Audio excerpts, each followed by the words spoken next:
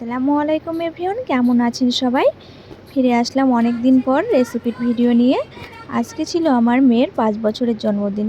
সেই উপলক্ষে আমার মেয়ের পছন্দের কিছু আমি খাবার রান্না করেছিলাম। চলুন আজকে কি মেনুতে ছিল সেই রেসিপিটাই আপনাদের কাছে শেয়ার করি। প্রথমে এখানে আমি 1 কিলো গরুর মাংস নিয়েছি।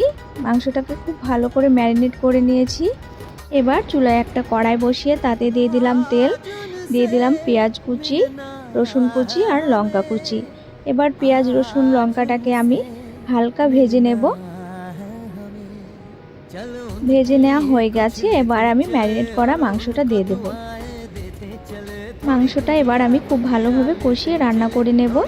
এ পর্যায়ে আপনাদের আমি কিছু বলে রাখি, আমি অনেক প্রবলেমের কারণে অনেক দিন ভিডিও আনতে পারিনি, কিন্তু এবার আমি কন্টিনিউ ভিডিও আনার চেষ্টা করব। প্লিজ সবাই আমাকে সাপোর্ট করবেন, আমার পাশে থাকবেন। কথা বলতে বলতে আমার রান্না কমপ্লিট হয়ে গেছে। দেখুন কত সুন্দর মাংসটা রান্না হয়ে গেছে। এবার আমি রান্না করে নেব পায়েস। পায়েসটা রান্না করার জন্য এখানে নিয়েছি দুধ। আমি দুধটাকে খুব ভালোভাবে গরম করে নিয়েছি। এখানে নিয়েছি চালটাকে আমি আগে থেকে ভিজিয়ে রেখেছিলাম যাতে সেদ্ধ হতে অনেকটা কম সময় লাগে। এবার চালটা আমি দিয়ে দিলাম। এবার খুব ভালোভাবে ফুটিয়ে নেব। এতে অ্যাড করে দিলাম কাজু, কিশমিশ আর এলাচ, দারুচিনি আর লবঙ্গ। এবার খুব ভালোভাবে নেড়ে চেড়ে আমি পায়েসটা রান্না করে নেব। পায়েসটা আমার রান্না করা হয়ে গেছে। এবার আমি আরেকটা আইটেম রান্না করব, সেটা হলো ফ্রাইড রাইস। আমার মেয়ের খুব পছন্দের খাবার ফ্রাইড রাইস। ফ্রাইড রাইসের যে উপকরণ লাগে সেটা আমি কেটে নিয়েছি। এখানে আমি ভাতটা বসিয়ে দিয়েছি। ভাতটা প্রায় 80% সেদ্ধ হয়ে গেছে। এবার আমি নামিয়ে নেব।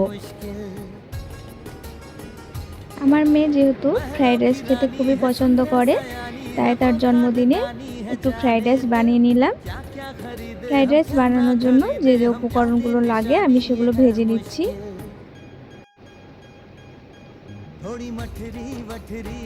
এখানে আমি গাজরগুলো আগে ভেজে নেব বিনস, ক্যাপসিকাম। আমার ফ্রাইড রাইসটা এবার রেডি হয়ে গেছে।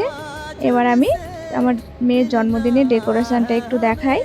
এবার এখানে চলে এসেছে কেক।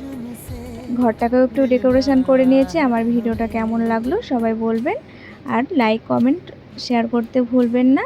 আর আমার মেয়ের জন্য সবাই দোয়া করবেন। সবাই ভালো থাকবেন, সুস্থ থাকবেন। আল্লাহ হাফেজ।